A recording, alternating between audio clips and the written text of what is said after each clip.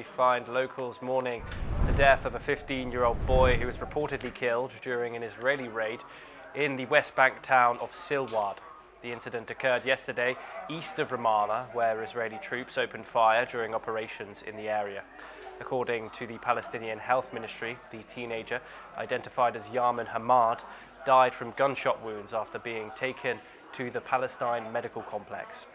As per the Palestinian news agency, Israeli troops used live ammunition during the raid, which sparked outrage and mourning in the community.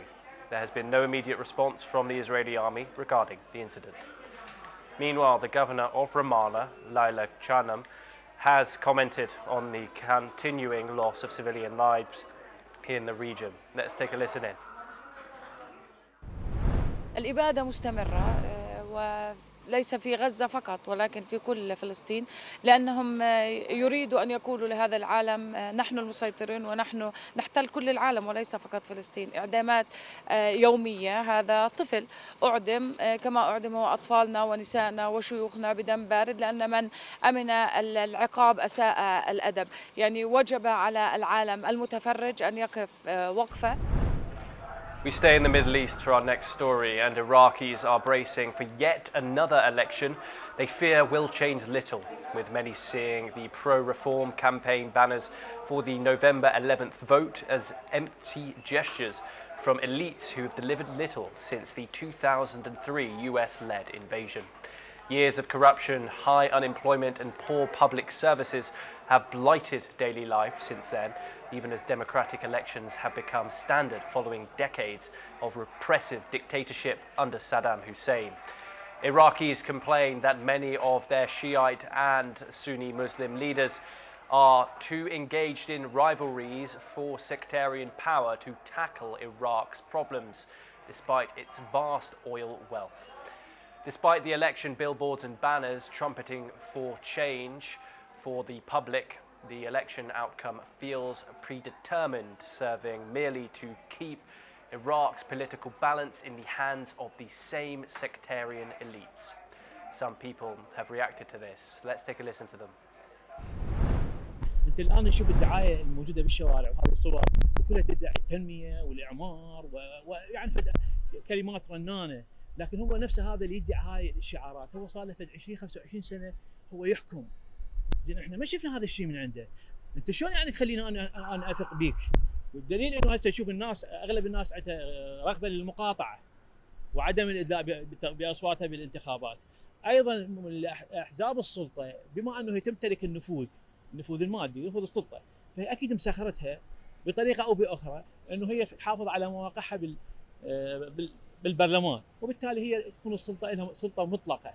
يعني انا صراحه ما اريد اكون يعني انا ما عندي اي امل انه راح بارقه امل ان الوضع راح يكون افضل، لان نفس الوجوه ونفس الشعارات. لا، لم يكن هناك خوف ابدا، بالعكس. يعني دخلنا على الانتخابات ونيتنا للانتخابات والترشيح بكل روح وبكل عزيمه، ولكن أنا تعرضت إلى التهديدات في أحد المرات السابقة من جهة معينة.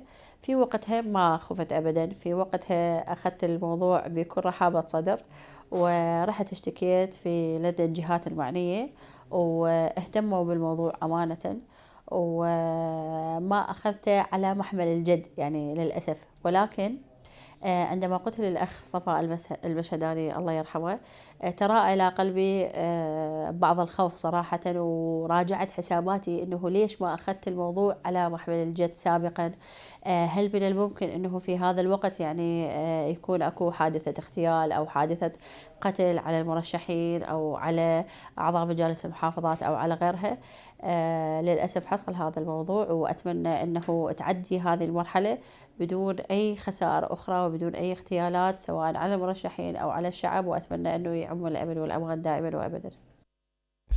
ما حصل للمرشح الشهيد. تم اتخاذ الإجراءات القانونية اللازمة وتم إلقاء القبض على المتورطين في هذه العملية، وبالتالي أيضا مستمرين بتأمين كل الأجواء للمرشحين. بعض الأحيان تأتي أيضا شائعات ليست صحيحة حول التعرض هنا أو هناك، يعني مع احترام أنه البعض قد يحاول أنه يعني يثير موضوع بالسوشيال ميديا أو بالإعلام لقصة هي غير واقعية. أما يعني باقي التفاصيل فالمتابعة مستمرة، يعني جهد وزارة الداخلية وأيضا الأمن الوطني وباقي الأجهزة الأمنية مستمر. اللجنة الأمنية العليا هي تهيئ الأجواء العامة، وتبقى التفاصيل أيضا للحماية الفردية وأيضا التواجد بالتأكيد للوزارات والمؤسسات المعنية.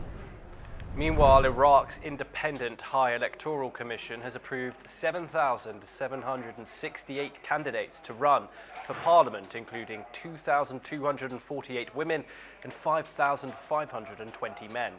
It said that campaigning was authorized from October the 3rd to November the 8th. Now, Pakistan has said that it is optimistic about the next round of talks with the Afghan Taliban, set to begin on November the 6th in Istanbul. At a weekly press briefing, Foreign Ministry spokesman Tahir Andrabi said Islamabad would continue to engage in the mediation process and was hopeful for a positive outcome. Let's take a listen into it. Pakistan would continue to remain engaged in the mediation process and hope for a positive outcome for the 6th November talks. Pakistan highly appreciates the constructive role of brotherly countries of Qatar and Turkey. They've been making their best efforts for an amicable and peaceful resolution of the issue. The upcoming talks mediated by Turkey and Qatar will focus on implementing a mechanism to ensure lasting peace and stability between the neighbours. Both countries have agreed earlier this week to extend a ceasefire that began on October the 19th, following the worst border clashes in years. Confrontations that included Pakistani airstrikes, Afghan retaliatory fire, and the closure of key crossings. Anarabi has said that Pakistan did not want further escalation, but expected the Taliban to take concrete and verifiable actions against terrorist groups operating from Afghan soil. Afghan spokesman Zabihullah Mujahid has confirmed that both sides had agreed to continue dialogue, saying Kabul sought relations with Pakistan based on mutual respect and non-interference. Marisha Barvej